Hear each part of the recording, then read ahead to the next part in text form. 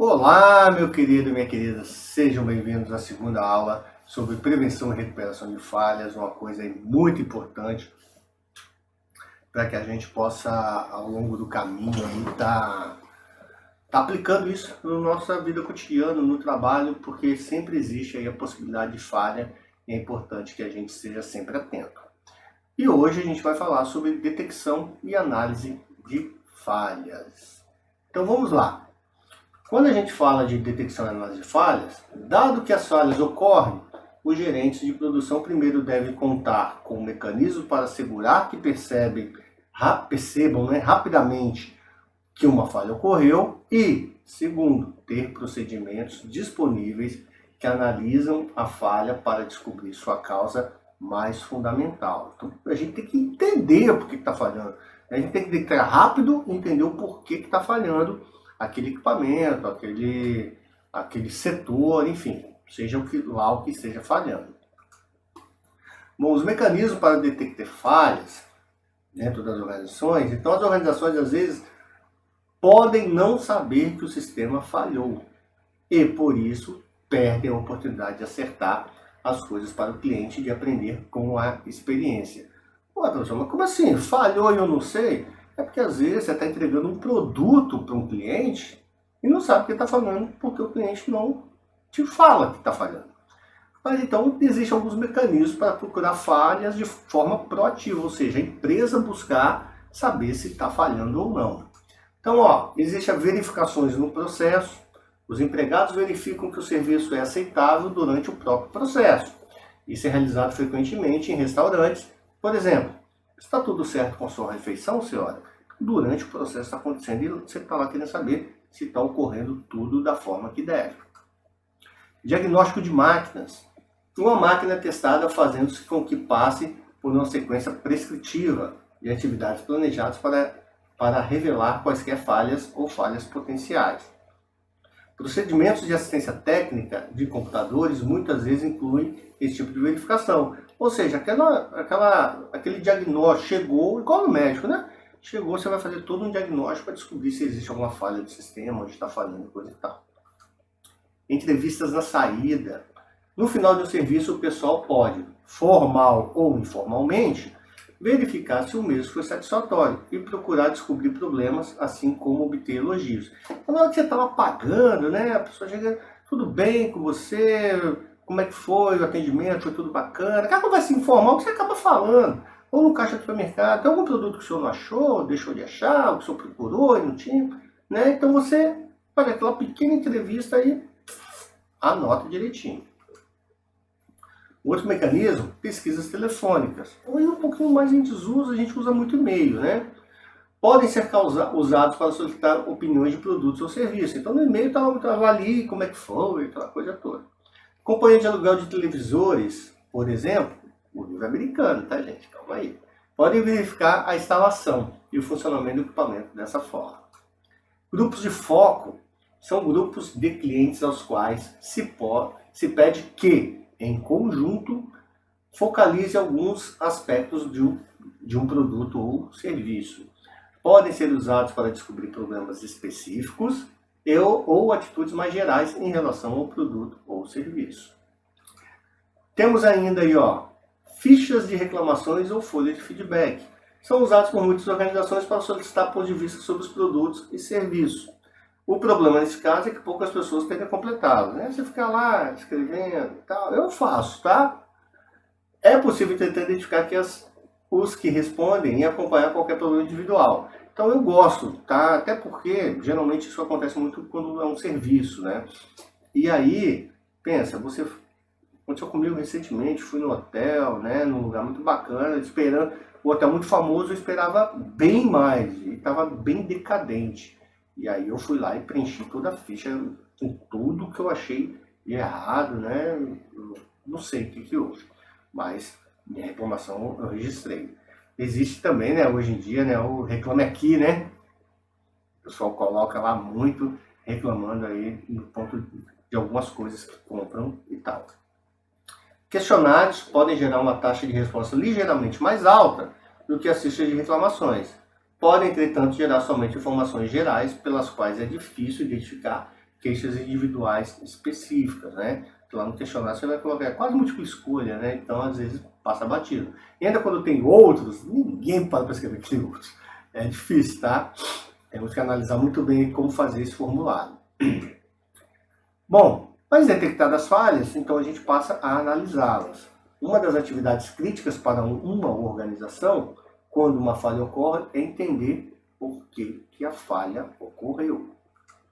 Técnicas de abordagem para descobrir, para analisar as falhas. Investigação de acidentes. Normalmente são investigados por peritos, especificamente treinados na análise detalhada das causas. Muitas vezes tem que encontrar uma empresa externa para investigar aquele acidente, para você ter realmente a noção do porquê que o acidente aconteceu. Confiabilidade do produto, a gente falou na aula anterior. Todas as falhas em produtos podem ser rastreados até o processo que as produziu, até os componentes dos quais foram feitos ou seus fornecedores.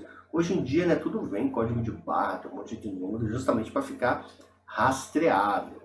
Isso significa que qualquer falha pode ser retificada e também que, se necessário, todos os outros produtos similares podem ser recolhidos para verificação. E aí, lá nos Estados Unidos, aconteceu aí no final do século passado, década de 90, tá? O Jeep Cherokee, né? Ele começou a apresentar uma falha. Que falha era essa? Ele estava capotando. E aí, não, peraí, gente, que é isso? Pelo amor de Deus, nunca aconteceu. Os caras ficaram doidos e Jeep capotando. E aí, o pessoal querendo processar a Jeep porque o carro estava com falha de equilíbrio, aquela coisa e tal. E a Jeep foi se procurar descobrir onde está a falha. E começou a rastrear todos os componentes do carro para descobrir o que estava acontecendo. E aí eles chegaram num ponto em que descobriram que a falha não era propriamente no carro, mas nos pneus Pirelli na época. Então o pneu ele tinha uma falha, né? E aquela falha, o pneu estourava, o carro perdia totalmente o controle e assim acabava. Então você vê, teve vários processos na Jeep, e a Jeep, lógico, ela que vendeu o carro, ela paga, mas ela pode compensar isso processando a Pirelli para receber tudo de volta. E aí, outra coisa olha, não é o Jeep, é a Pirelli, então nós já paramos de usar esse pneu, estamos usando outro pneu, parou de capotar carro por conta disso tudo. Então você vê que detectar, fazer análise de falhas é importante, tá? Análise de queixas. Queixas são cada vez mais vistas como uma fonte de informação sobre erros, barata e facilmente disponível. Só que, normalmente aqui no nosso Brasilzinho de meu Deus, quando a pessoa reclama com você, você acha ruim. Você devia agradecer quando a pessoa reclama. A pessoa vai lá e, não, por quê? Poxa, vamos ver o porquê que a pessoa está reclamando, de repente tem fundamento.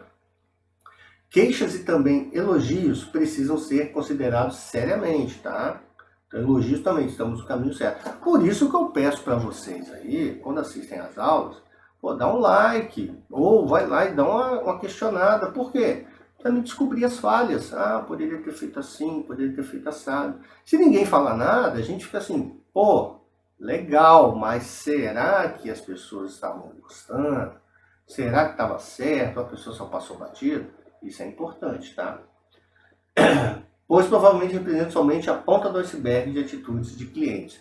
Então você vê, quando o cliente reclama de elogio, é só um pontinho. Procure investigar mais para você ver onde é que isso pode chegar. Análise de incidentes críticos. A análise de incidentes críticos exige que o cliente identifique os elementos dos produtos ou serviços que acharam particularmente satisfatórios ou não satisfatórios. São solicitados a descrever os incidentes que lhe causam satisfação ou descontentamento, né? Temos um outro aí que no Brasil está ficando muito famoso aí, né? Porque todo mundo quer fazer um gato do Toyota, que é a análise de efeito e módulo de falhas, ou FMEA. O objetivo é identificar as características do produto ou serviço que são críticas para vários tipos de falha. É um meio de identificar falhas antes que aconteçam por meio de um procedimento de lista de verificação. Tá? Aquele checklist que você faz. Então, assim, trabalhei com isso também. Então, a gente tinha lá uma checklist que a gente propôs para inibir as falhas. Algumas falhas ainda aconteciam, vou dar um exemplo.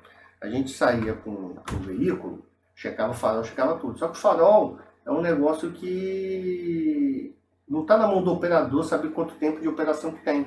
E aí o farol ia, você saía, queimava o farol, você tinha que trocar o farol. Então era uma falha, né? Mas era muito mais fácil, mais barato esperar queimar e rapidamente trocar o farol do que trocar o farol com o tempo, tá? Então tem isso aí, tem falhas que é melhor deixar acontecer. Análise da árvore de falhas. Então esse é um procedimento lógico que começa com uma falha ou a falha potencial e trabalha para trás, com a finalidade de identificar todas as possíveis causas e, portanto, as origens dessa falha. E aí a gente vai usar, lógico, o nosso amigo Ishikawa, ou gráfico de Ishikawa, que ele vem trazer muito isso aí, né? Que tem o efeito e aí você vai descobrir quais são as causas que ocorreram lá esse efeito. Turma, fica aqui o abraço do professor Luciano mais uma vez. Espero que você esteja gostando. Gente, dá o like lá para eu saber que está indo legal ou dá a criticada para saber que está falhando alguma coisa e aí a gente tem que consertar para poder melhorar. Ok? Fica aqui o meu abraço, meu até logo. Tchau, tchau.